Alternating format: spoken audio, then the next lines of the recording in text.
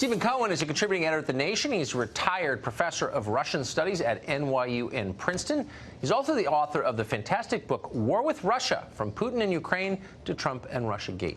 Professor Cohen, thanks so much for coming on tonight. Hi, Tucker. So I just want to be clear about the Steele dossier, and I don't want to relitigate, the years that we spent talking about this, but now that the Standard in Washington is soliciting information from foreign governments as an impeachable offense, the Steele dossier, which was the basis of the Russia investigation, was that information in whole or in part from foreign governments? Well, by the way, the first time we met on your program was 2.5 years ago when the Steele dossier was published. I think it was January 2017. And we talked about it then. And I said to you then, this is clearly something concocted probably by intelligence agencies around the world. And that's what it's turned out to be.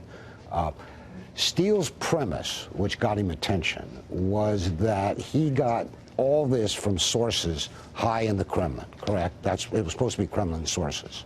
But the story didn't make any sense because the dossier said Putin wanted to elect Trump.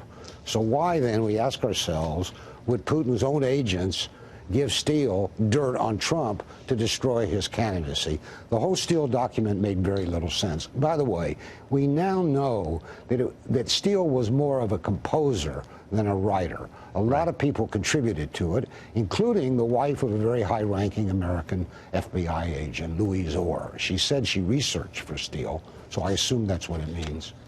It's pretty surprising, pretty stunning, actually. So you've been in and around this world for many decades. Have you seen anything like this? This appears to be, in part, an intelligence operation aimed at a sitting U.S. president. Is there precedent for this, historically? All right, so you've asked me to go someplace we can't go at length. Coming down here, I asked myself, have we ever had a presidential scandal like this in America? No, I can't think of one. Then, because I study the Soviet Union as a profession, I asked myself, did the Russian secret police, the KGB, run its own operations against Soviet leaders who pursued policies they didn't like? And the answer is yes, particularly détente-related policies. Yes. So now I connect dots, and feel free to tell me I shouldn't connect these dots, that it's a crazy Russianist thinking. But all of this Russiagate stuff seems to have originated, and that's what Steele tells us, with intelligence agencies, American and foreign. What we don't know is why, and we need to know this, they set out to destroy Trump as a candidate in 2016 and then as a president.